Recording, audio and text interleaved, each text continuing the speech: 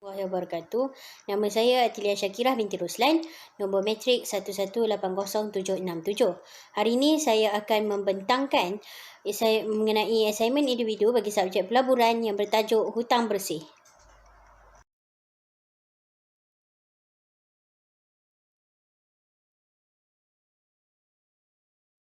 Alhamdulillah, bersyukur kehadrat Ilahi kerana dengan limpah kurnianya, buku tentang hutang bersih ini dapat disiapkan dengan jayanya. Setinggi-tinggi penghargaan diucapkan kepada Dr. Nur Adli yang banyak membantu dalam menyiapkan tugasan ini. Tidak lupa juga kepada kawan-kawan dan ahli keluarga yang lain yang mana banyak memberi sokongan dan dorongan kepada saya.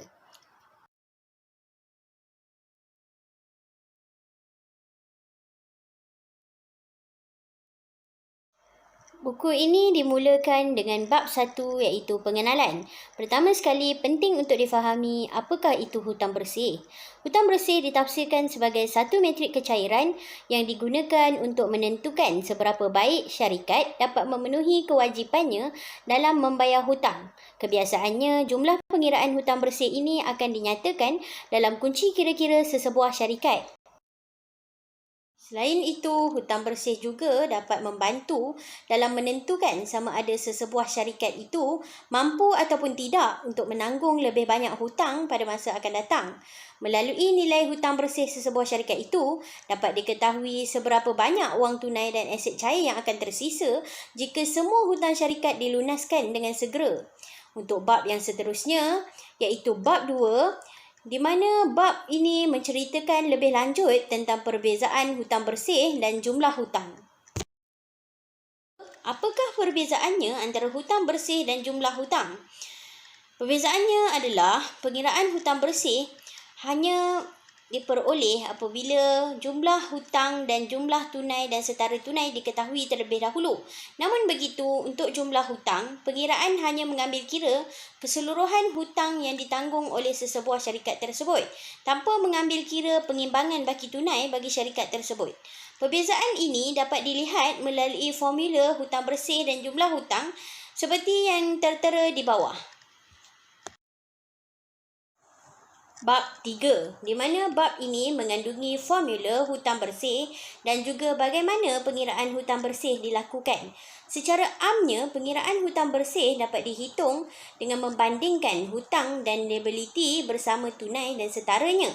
Langkah-langkah untuk mengira hutang bersih adalah: yang pertama, jumlahkan hutang jangka pendek syarikat dan catatnya. Kemudian, jumlahkan pula hutang jangka panjang syarikat dan catatnya juga. Terusnya, kira jumlah wang tunai dan setara tunai syarikat. Dan akhir sekali, tambahkan jumlah hutang jangka pendek dan jangka panjang, yang mana jumlah ini menjadikan jumlah hutang. Tolak jumlah tunai dan setara tunai daripada jumlah hutang tersebut, yang mana nilai inilah yang disebut sebagai hutang bersih. Ringkasnya, cara pengiraan ini dapat digambarkan melalui formula hutang bersih seperti yang tertera. Terdapat 3 komponen yang terlibat dalam pengiraan hutang bersih, iaitu hutang jangka pendek, hutang jangka panjang dan juga tunai dan setara tunai.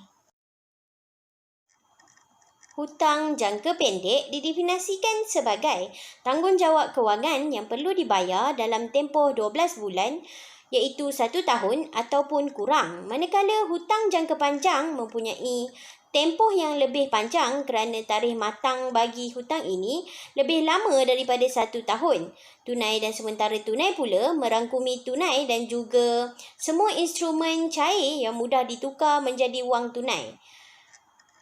Seterusnya, bab 4, iaitu bab yang menerangkan tentang kepentingan hutang bersih. Hutang bersih bukan sahaja penting dalam bidang pengurusan, malahan ianya juga penting untuk kegunaan para penganalisis, pelabur, pembekal dan juga pelanggan. Dalam proses pengurusan, hutang bersih penting kerana membantu untuk menentukan sama ada syarikat itu boleh berhutang lagi ataupun tidak. Apabila pengurus mengetahui keputusan sama ada hutang boleh diambil lagi ataupun tidak, maka sesebuah syarikat ini boleh merancang strategi untuk mengembangkan syarikatnya lagi. Di samping itu, penganalisis menggunakan hutang bersih ini bagi menentukan sama ada sesuatu syarikat itu mempunyai keupayaan yang tinggi atau sebaliknya dalam melunaskan tanggungjawab hutangnya. Pelabur pula menggunakannya untuk mengetahui prestasi kewangan sesuatu syarikat itu sebelum mengambil keputusan untuk melabur ataupun tidak. Manakala pembekal dan pelanggan pula mengakses terhadap data hutang bersih untuk lebih memahami kemampuan syarikat tersebut membayar hutangnya. Kerana jika keupayaan syarikat tersebut rendah, maka sudah tentu ianya akan menjejaskan pembekal dan juga pelanggan. Namun, jika sebaliknya berlaku, sudah tentu ianya akan memberi manfaat terhadap pelanggan dan juga pembekal syarikat tersebut. Bab yang seterusnya adalah bab 5. Bab ini menjelaskan tentang kadar hutang bersih. Bagaimanakah untuk menentukan sama ada kadar hutang bersih itu baik atau tidak untuk sesebuah syarikat? Nilai hutang bersih lebih daripada 1 menunjukkan syarikat mempunyai banyak hutang berbanding tunai dan setara tunai. Akan tetapi, nilai kurang daripada 1 menunjukkan sebaliknya. Maka, jelaslah di sini bahawa nilai hutang bersih lebih tinggi daripada 1 merupakan kadar yang tidak baik, manakala nilai negatif adalah kadar yang baik. Kemudian, bab 6. Bab ini menerangkan mengenai contoh hutang bersih bagi sebuah syarikat. Berikut adalah data hutang bersih bagi syarikat A Asia Berhad yang digunakan untuk membuat analisis tentang nilai hutang bersih. Data yang diambil adalah dari tahun 2015 hingga 2019. Berdasarkan data ini dapat dilihat bahawa kadar hutang bersih bagi syarikat A Asia menunjukkan penurunan, namun sebaliknya berlaku pada tahun 2019 kerana pada tahun 2019 nilai hutang bersih ini meningkat secara mendadak berbanding tahun sebelumnya.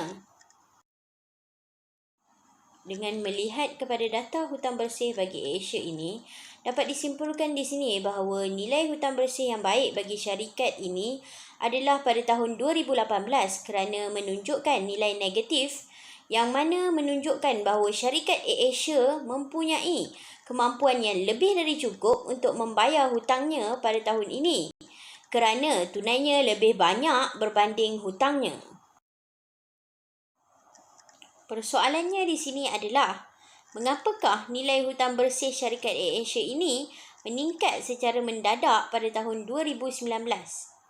Terdapat 2 sebab yang membolehkan peningkatan pada nilai hutang bersih berlaku. Satu adalah disebabkan oleh apabila jumlah hutang syarikat bertambah. Yang kedua adalah disebabkan oleh tunai dan setara tunai syarikat berkurang.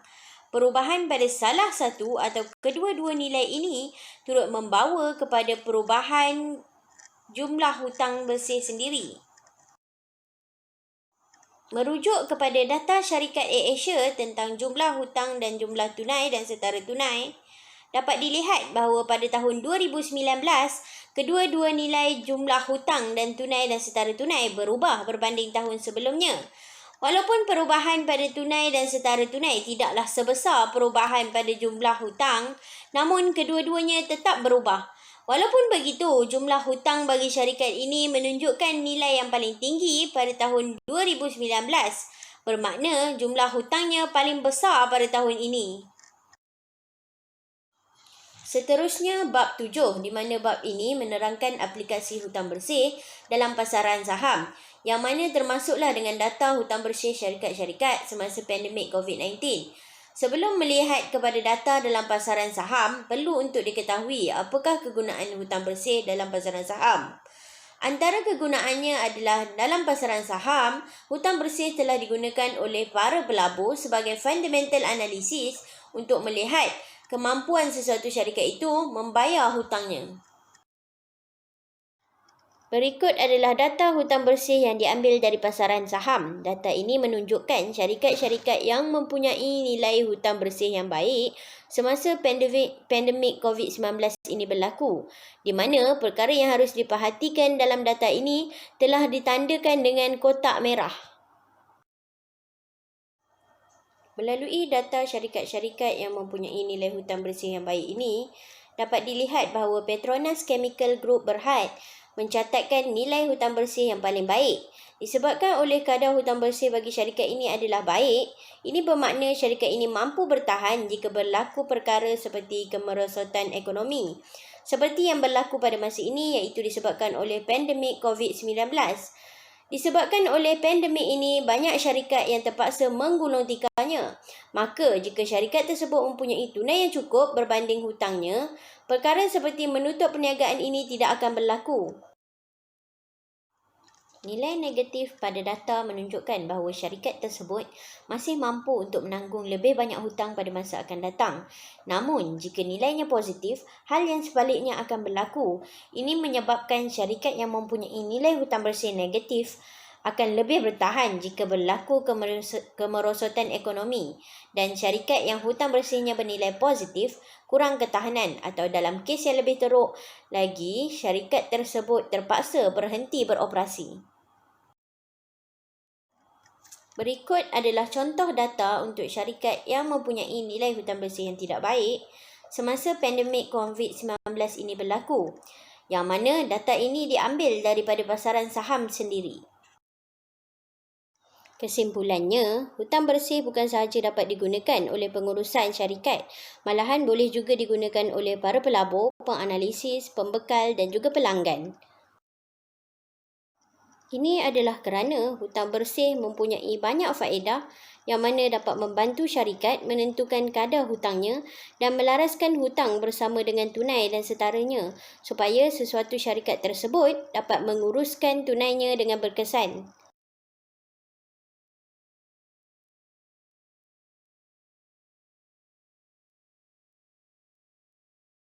Sekian sahaja daripada saya. Terima kasih.